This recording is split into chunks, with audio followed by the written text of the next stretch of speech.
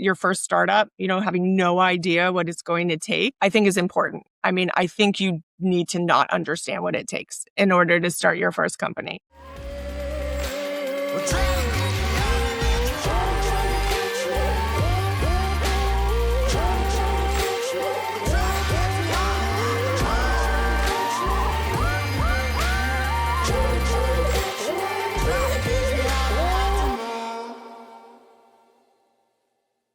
All right, you all, I know you can already tell that today's guest is going to be an absolute killer. I cannot wait. So I got a laugh out of her. I'm really excited about the conversation. It's going to go in a lot of different places: marketing, branding, building businesses, entrepreneurship, scaling, a new business that she's starting. So today's guest, I struggle with names, but I think I have this one down. And if not, she'll correct me. But today's guest is Rebecca Matchett. Perfect. Wow. A serial entrepreneur and original co-founder of Alice and Olivia. Rebecca brings firsthand experience building and scaling a global consumer brand in one of the most competitive industries there is. Beyond fashion, she has a deep understanding of founder dynamics, brand longevity, and what it really takes to turn a creative vision into a lasting business, which is essential for this podcast and conversation. I'm excited to have a thoughtful conversation about entrepreneurship, growth, and the lessons that only come from building something real. Welcome. Thank you for having me. Yes. Let's talk about building things that are real with a couple decades of experience here in the big city and impacting the world through your brands. Building something real in 2025 and 26, where everything we don't know if it's real or not. It's true. This is very much real, though, and it's filling a very real gap in the marketplace and gap for the neurodivergent adult community. So there's nothing sort of more base and real than human connection, and that's exactly what we're building with Synchrony. So speak to this a little bit. I mean, where'd the idea come from? Where did you see the void that showed up and said, yes, we're for-profit entities. We want to make money. We want to scale. We need ROIs. But where was the void? Where was the opening and the opportunity that needed to be filled and you saw? Well, so that actually credit is due to my partner, Jamie, for the idea. Jamie is the mom with the autistic son and the firsthand experience with the world of trying to find connection and friendship for her son. Her son is named Jesse, and he's now 21. And so as all of the supports sort of fell away to the wayside as Jesse grew from adolescence into adulthood, all those social supports went by the wayside, and they were left with a lot of opportunity in housing or in employment, but not really that social piece. So Jamie had the idea. She had this concept that she wanted to be able to leave Jesse with a platform that would be sustainable for him to create new friendships, make connections, and hone his social skills. And so we are friends, and she approached me with this idea, knowing that I've had and started several companies, and I might have an idea of what I'm doing with at least how to get things off the ground. Ran it by me, and it's something that not only do I see as a very big opportunity in the business sector, but also socially. I mean, this is just fills my heart and is specifically, especially this time in my life, what motivates me. So that sort of, financial success and building a company has always been motivating, but this has that extra layer of doing something that the world needs and that will make it a better place.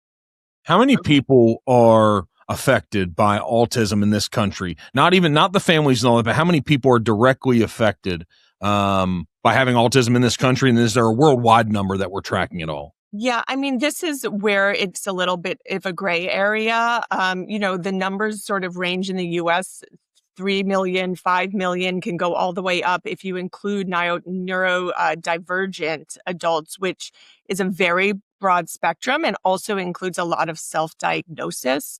That number can be 15 million. I mean, it's not a number we can track down, but there is a very distinct population that struggles with making human connection and being able to navigate their social lives, how to decode a conversation, how to know how often it's appropriate to reach out to somebody, how to get out of a situation you might be uncomfortable with. So there's no matter your diagnosis, if it's a formal diagnosis or a self-diagnosis, if you fall within that population, that's who we're trying to help. What's the platform look like if it were engaged with, and is it, so what's it look like and what iteration are you on? Does it feel like this is the final version that really is great for the market to go all in with? So we are not launched yet. We've gone through alpha testing. We're about to start beta testing. And what it looks like is kind of multi-layered. And what really differentiates for us from what's out there is in part the onboarding process. So in order to keep our community authentic, so there are not evildoers out there, they're not people trying to, log on with malintent. We have our members go through a referral system. So if you're an interested adult, neurodivergent adult, you go to a parent or a advisor or a therapist or a teacher, an employer, and say, I'd really like to check out Synchrony. Could you please verify that I am appropriate for this community? And so they get referred. They take a photograph of themselves to verify they are in fact the person that was referred. And then they start building their profile. And their profile is pretty in-depth because we want to not only connect based on, are you looking for friendship? Are you looking for romance? Are you interested in same-sex, connection or the opposite sex? We're looking to connect based on interests. So there's a pretty in-depth survey on where do your interests fall? Are you into baseball, the arts, gaming, crafting? And then where are you geographically? And who are you? What type of person are you interested in meeting? And so once you create that profile, you'll be matched with like-minded members, and you can get chatting. And chatting, it's a structure that everyone's comfortable with, just sort of like texting. And if you need help, this is where a big differentiator comes in, which is our AI chat assist tool named Jessie, and named after Jamie's son. And Jessie is on-demand social coach for if you need help with that decoding, if you don't know what to say next, if you're stuck in a conversation or think you're misinterpreting something or someone said something that made you uncomfortable, how do you respond to that? And so Jessie's there to help make sure those conversations proceed smoothly, and that you feel really confident in your communication. What do you think, with all your experience, that your business partner came to you and said, "Hey, I have this idea and I'd like to implement it and really scale it up." Why do you think she chose you? I'd like to say because she thought I was super capable, but I think she was just sort of spitballing with me at the time. And, and then when I showed interest and I said, you know what, let me just send you some ideas I have. And at this point, she wasn't actually pitching me. She was running the idea by me. And I could not stop thinking about it. And I could see different ways that the app could grow and different segments it could go into with employment opportunities, with off-app meetups, and sort of and white labeling it for other organizations for an internal communication system. There are just many different ways I could see the business going. And as I sort of laid things out to her, she then said, "Oh, well, actually, would you be interested in a more official involvement?" And it went from there. Yeah. So what about her also makes you sign up for this commitment? I know it's a passion project and you can buy into it, but there's a lot of people that have good ideas. There are. She is an absolute bulldog. I mean, she knows anyone and everyone. And if she doesn't, she has absolutely no problem standing outside your door, or, calling you 7 times. It's a remarkable skill, one that's not my strong suit. So I really appreciated that because getting the word out, this is a flop if no one's on the platform, right? I mean, we need members. We need people to sign up. We need the legitimacy of partners to sign on with us so people trust us. And she is wonderful at that. And I knew through, just her past how she would react. We also have a third partner who is an autism specialist. So I feel that we've covered sort of all of these bases, where we then are able also to bring in Britt, who has that expertise in the autism space. Mm. When do you see this launching, and what do you think the scale of this looks like? It's wild to me that we're now in a world, I forget the exact number, but back when Google launched and then Facebook launched and Instagram, they have these numbers of people that signed up in what time frame. When OpenAI launched a few years ago, they had, I forget what the million sign up was. They broke all the records for new users within a day or two. This is the new environment we're at, what we're able to do through relationships, through sponsorships, through just engagement. What do you think this can be and do? Because you're probably, when you get that awareness, you have to do it quick, right? Well, yes. We're hoping to capitalize on numbers just like any other social app or dating app. We are not a dating app. However, we're sort of structuring our pricing model and things based on those other existing apps.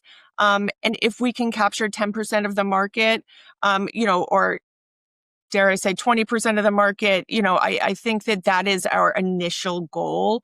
We want to penetrate a similar percentage that these dating apps do. Dating apps are different, of course, because the goal is to get off them. You get on it, you get off it. That is not our desire, of course. Yeah. But our initial engagement. So we have two prongs of how we are trying to grow our membership, and right now it's just a wait list. But one is sort of the one-off, right? End user, one by one, sign up. Grassroots. Grassroots. But the other, and an approach that is really fascinating to me is what I touched on before, which is this working with other larger partners, whether it's a nonprofit or a university or an employment agency, and that specifically targets and works with this adult community. I see that as a wonderful way to grow our membership pretty quickly and through a trusted pathway. So if we can, and we will be partnering with, let's say, a university who not only wants to provide this as an internal closed loop communication system, but also offer the broader public Synchrony platform to their members. I see us growing that way at a faster rate. What do you do with, there's this idea about, read a book a long time ago, Everything's Figure Outable, Marie Forleo, great book. There's some people that say, hey, I think with her, I'm never failing, I'm always learning. And people say fail fast and fall in love with losing. It's a part of business and entrepreneurship. So no doubt you're facing some of this in the early stages of the app and of trying to white label. But what's been your all's approach for your team about when you hit some roadblocks and it might feel like failure is not going your way? What's your approach to still operating and moving forward and succeeding in these moments? Yeah, and I think it's a matter of prioritizing and being really clear about what is most important. And we have certainly run into roadblocks with our app development. And to me, this has been the scariest part because I'm not tech savvy. I am never built an app before. I don't know how to build an app. I can't get into the back end of that. So trusting our third-party app developer was a huge leap of faith. And I think for all three of us partners. And I think that was the first hurdle we had to get over, which is we are so clear on what we want our vision to be. And we think that we can put it into words and black and white on a document that we can continue to refer back to and educate these third-party developers on. And so we felt confident that at least they would understand what the mission is and they had their marching orders. And then when things came up, like, this one aspect is taking a really long time, or even for App Store approval, we might run into a roadblock with App Store approval. So we might want to sideline, this feature for now. As long as we felt like we were able to deliver our base product, very well. We were able to pivot and sort of push things aside and the noise aside to get to the end goal of a very easy to use, functional, intuitive platform for messaging. And so when we broke it down to that base level, we're able to accomplish that. How'd you decide on who the partner was going to be to help you build that? How do you know? Well, you never know until you're in it, but we did interview a couple of developers and app designers. And, the amazing thing about our team, our PR company, our marketing company, our app developer, or app designer, all of these different teams, everyone is touched by someone on the spectrum by 1 degree of separation. I mean, it has been an unbelievable experience because I've worked with plenty of PR agencies. Like they care as much as, the next paycheck. They are not, yeah.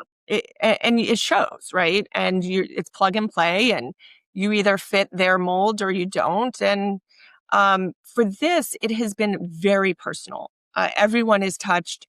Everyone is asking probing questions, and good is not good enough. It has to be excellent. And it's been an incredible experience because, we all are in this to make a profit, but that human connection has been unprecedented for me personally. So you spoke on this PR. There are a lot of people in the PR business. That's been so essential to this process as well.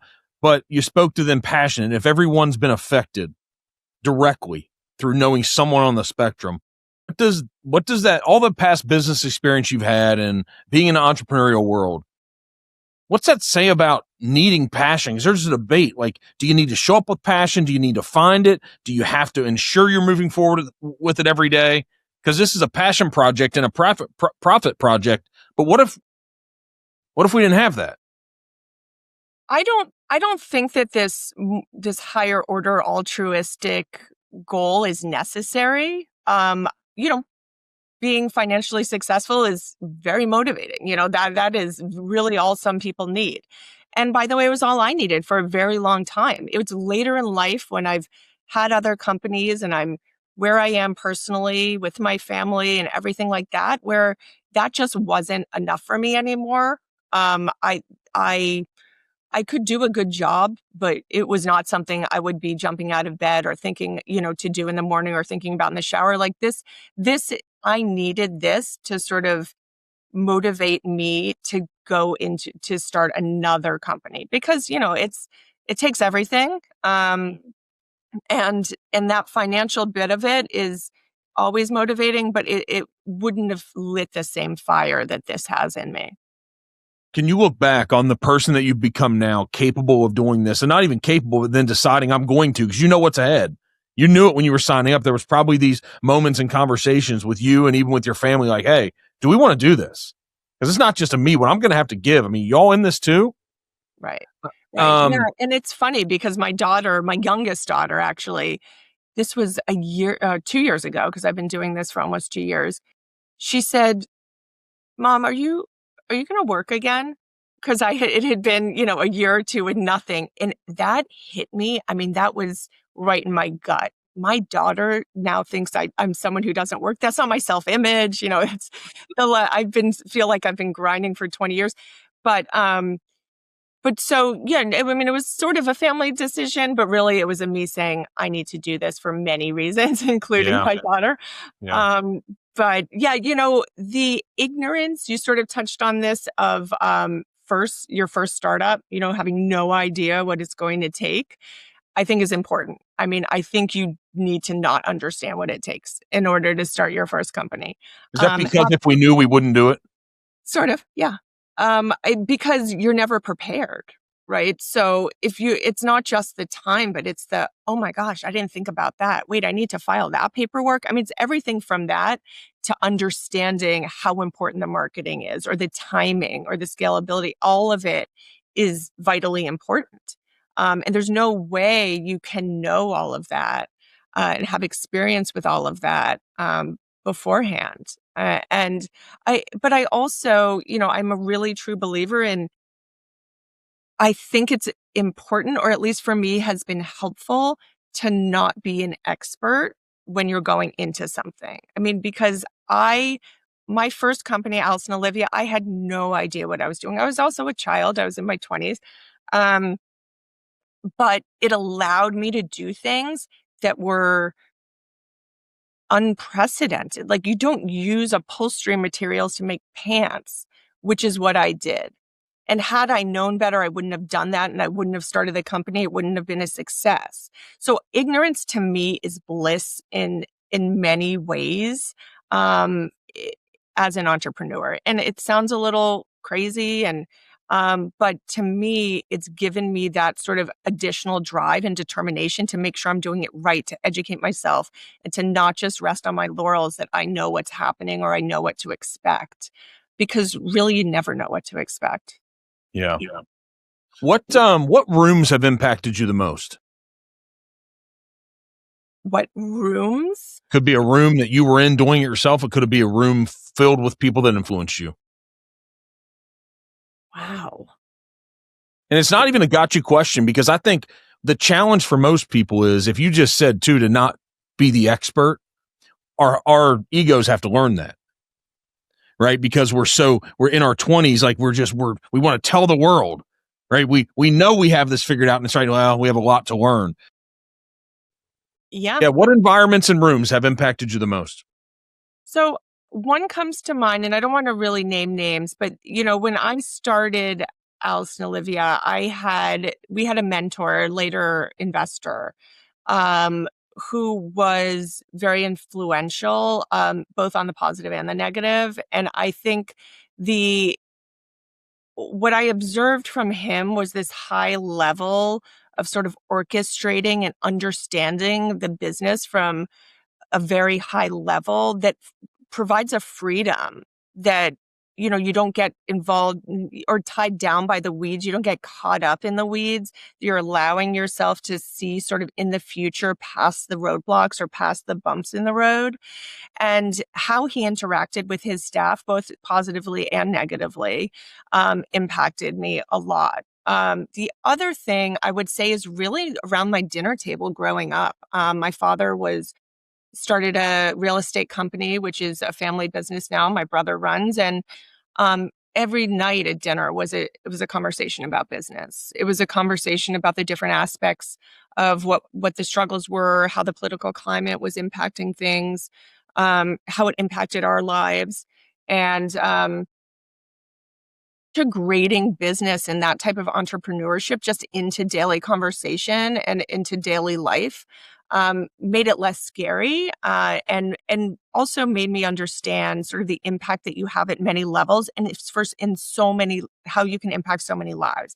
Real estate, of course, is different because you literally are providing housing for people. Just the idea that entrepreneurship or starting something is a leap of faith that's worth taking. Hmm. What is being in? Me and my team were just in New York City. We talked a little bit about it, and I thought about, we call it the big city, and I've been to a ton of the cities in the U.S. and a lot around the world. What benefits have you received from being in a big city like New York City?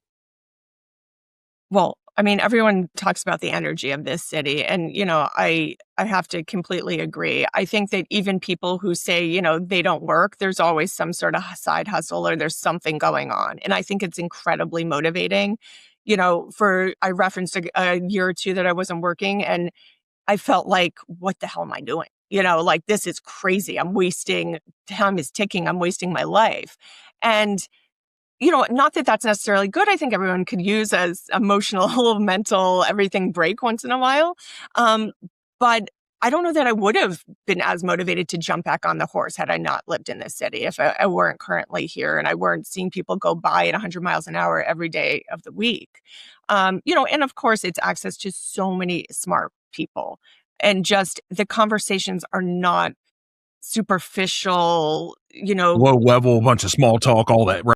it's not. Yeah. And, and it keeps your brain going, and your interest the intrigue is always high, and there's always someone else to meet. And people are, I just had a friend of a friend move to the city, and she's curating a dinner party because she wants to get, you know, a bunch of thought leaders in a room together. And it's so easy to do. And she said, do you know anyone that can join? And instantly there were 2 people that said, these people have to join. So, the access to that type of energy, it's unparalleled. And I think it really has influenced me. Do you have those illusions of living in a more calm environment at times, though? Well, yes. You probably get away and have some of that, but I mean, actually living and breathing there more than here. You probably did that for a year or 2. Maybe you had your little break. I mean, COVID was that break for me. That was a while ago now, I guess, but and it was nice. It really was. But I always wondered, was it so nice because I knew I was going to come back here after 6 months or 4 months or however long that was. But yeah, sure, I'm not an adrenaline junkie. I don't need to be around this craziness all the time. But it also doesn't wear me down. I never feel like, oh my God, I need to get the hell out of here. This is too much, which I understand for some people it does. I completely get that. But I don't know. I'm kind of a chameleon. Like it doesn't really matter where I am. Yeah, that's good. What approach do you think that you take to this? Because I can tell you're highly capable. You just come around people and you just get it, and I don't need to see the resume of success. It's there. There's no doubt in my mind. What approach do you take to performance, though, in not being overly critical and put too much pressure on yourself? Because you're so capable and you have high expectations of your performance. I can feel that and see that. How do you have this relationship and this with yourself to drive high performance, to hold yourself accountable for delivering something at an elite level, but sometimes it doesn't go well?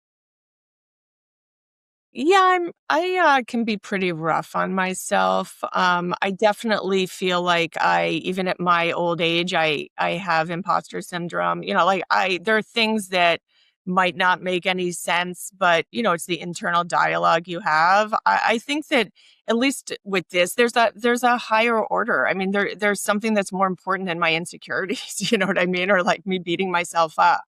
And I think just keeping things in perspective, no matter what goes wrong, it's not the end of the world. I guess I feel like I'm able to take things seriously enough, but not blow them out of proportion. And I think that age and experience gives you that perspective, and you get beat down in your personal life too, or with health or with family members. And it doesn't serve anybody to be incapacitated with guilt or with, blaming yourself. Is that the advice that you go back? I don't like reflecting to all these lessons, but honestly, if you could go back and give Rebecca advice, which I actually say, what can we do with that now? How can we mentor the other folks? Would it be like, hey, don't slow down, keep going, but it's all going to work out? Right. Exactly. And I do think there is a lot to be said that you can't succeed to the extent you want without these failures. And it's so trite, but it's true. I mean, I do think that failure is critical, and it doesn't need to look like devastation, but I think it needs to build resilience. And I think in order to be a successful entrepreneur, you have to be resilient, and you just have to roll with it. You have to be able to pivot. You have to be able to take the criticism or understand that you made a misstep, and you just move on. Yeah. Is that your approach to when it doesn't go well? I think the challenge is getting over this idea of being surprised that it didn't go well. Right. And I think that one of the important things is to be able to acknowledge when something failed, right? Like, don't keep doubling down, don't blame external factors. Just say it doesn't matter. The point is, this didn't work, and this is a measurable proof that this didn't work, and it didn't work in this specific way. So let's address it. And maybe the solution isn't correct either. But what for sure is that whatever it is that failed.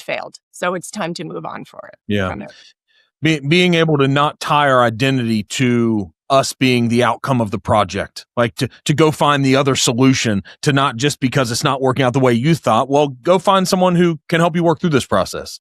that can help you Totally. find the solution. Yeah. Absolutely. And I also, and there are many people whose companies define who they are. That's never been someone who I am. I have a lot of other things going on in, my life. And this is something that is unbelievably critically important to me.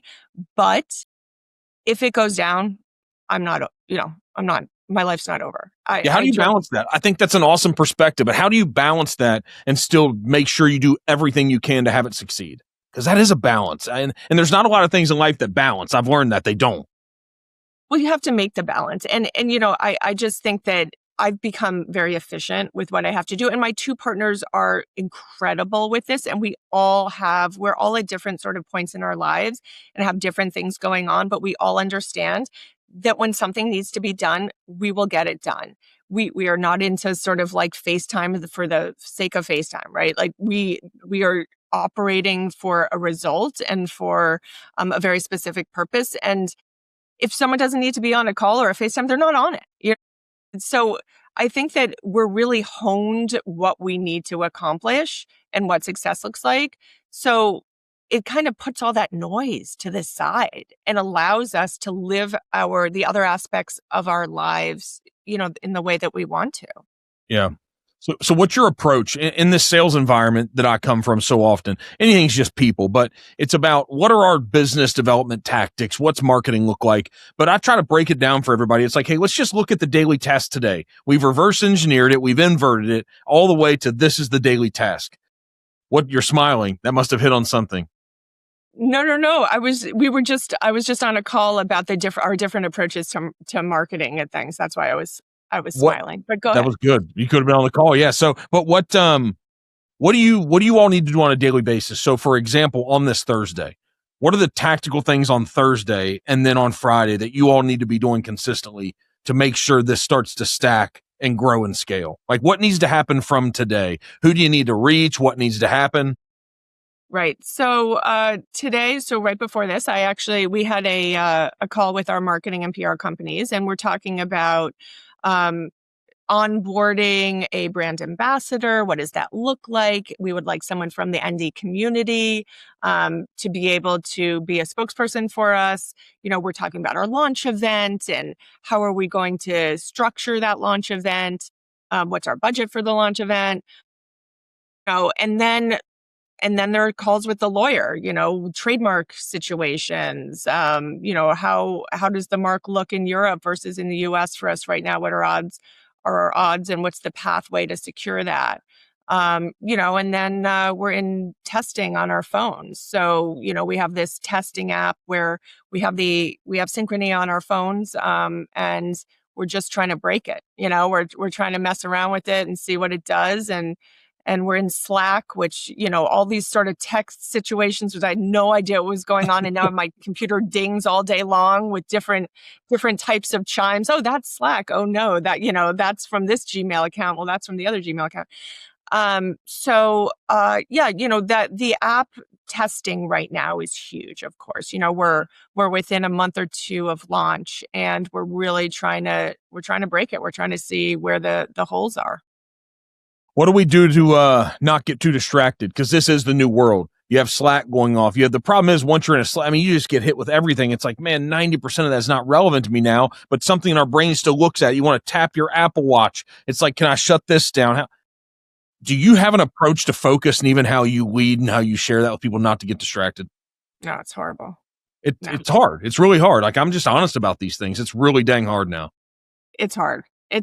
And, there's noise all day long. And while I don't feel responsible for every single aspect of the business as the lead on it, I have to have my finger on all of it, of course. That's what it is to be a founder.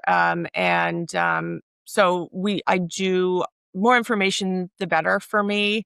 But I don't need it in real time. I will process it when I can. And I am someone who likes to lock into a specific task for a period of time. So I'm not really great at going from a spreadsheet to a marketing presentation to testing on the app. I want a certain set amount of time to really to lock in on one thing before I move on to the next. That's what I'm sitting here wondering is, what's your decision making like? Yeah, I mean, I think the decision making's pretty swift with our partners. We are all so completely on the same page about everything. One of my partners and I are the financial investors in it, so we have sort of potentially side conversations sometimes, depending on if we're talking about a big investment in a certain area. Um, but really, it's a very quick process. We are just shooting each other texts on the side or emails and just saying, "Hey, this is what I think," and everyone gives a thumbs up. You Yeah. know, yeah. Do you have are you a 3 to 5 to 10-year plan person? Um, Not on paper, but in my mind. I just, over the years of spreadsheets and projections and all this stuff, it's important to have something on paper, but it's not something I spend hours and hours honing and tweaking the numbers. I want to see what's happening. Is that because it always changes? It always changes. And, I just think my time is better spent trying to make the numbers that I've come up with, the first set of numbers, work. I don't need to see, well, what if I distract myself with, what ifs. Yeah. Just be honest and transparent with the moment. Right. And which is hard enough as it is. Yeah. Yeah. What do you hope? Do you hope that, because hope, I don't love that word. I don't care what people say, because hope is like, it's out of my control. But do you see this being so successful that this is the last entrepreneurial venture? Does it have those legs? Is that the hope and the desire? It is. It absolutely is for me. It sort of checks all the boxes of what I would want to do for the rest of my life. However long that is, if it's 10 or 20 or 30 years, I don't know, but it's this really checks those boxes. It is. I absolutely love filling a market gap. I think it is so exciting. And it's a market that exists, right? I have reinvented the wheel and tweaked things now, on the margins in business. This is something that I feel incredibly excited about, because not only have we identified a gap, but it's a gap that just shouldn't exist because of the lack of support and services for this population. I mean, it is very upsetting to understand that there's an entire aspect of these people's lives that is not supported. I mean, there's so much about mental, emotional well-being, that we hear about constantly every day. There are articles and news broadcasts about it. For us. And then there's this community that needs far more support, I would argue, than we do. And it doesn't exist. So, I mean, to talk about hope, I mean, my hope really is that we can effectively address this gap, because it is there and someone's going to do it, and someone should do it. And I hope it's us. So good on the waiting list. So is this just for people that have been touched by autism? Or neurodivergent? Do they need assistance? Do they need help? Is there somebody in their life? Is the app set up for that? Or is it just engaging with the end user? It's the end user. So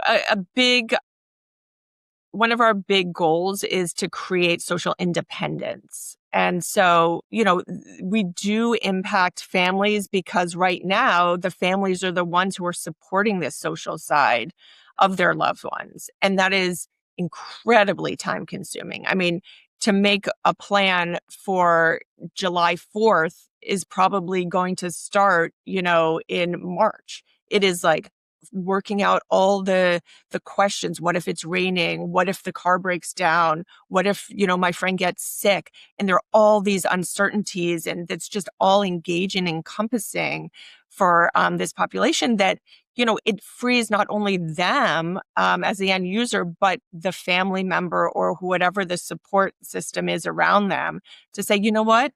they are able to create this experience for themselves and feel really proud about that. And therefore it's sustainable, because if they understand that they can make this plan or make this connection on their own, then not only does it free me up, but it's incredibly fulfilling and sustainable for the end user. So yeah, I mean, there are, the end user to us is of course the member who's chatting, but it really does impact everyone in their life. Yeah. So how do people go get in line if we don't have the app right now, but you have to sign up and wait? Because there's gonna be a lot of people. I think that from my personal experience, almost everyone, I think all of us are touched by someone, a direct connection, all of us. So this is going to reach some people for sure. Yeah, I hope so. Right now we have, you can find us at joinsynchrony.com or through Join Synchrony on Instagram and Facebook and TikTok. So Synchrony app is on the socials. Awesome. Is it available yet, or it's still in development, right? Can you download it? Can you access it?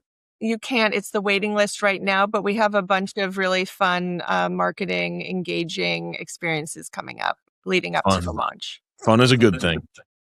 Yes. Well, Rebecca, thank you for joining us. I think this is awesome. It's an awesome message to get out. I love talking about businesses that are going to make a profit and going to build something substantial with revenue, but at the same time that really are going to impact people's lives, not just these things that we think our business is going to, not in the space where it's already being done. I love that you guys have found an opportunity to fill a gap here, and it has a chance to change a lot of lives. So kudos. Thank you so much. Yes. Thanks for joining us.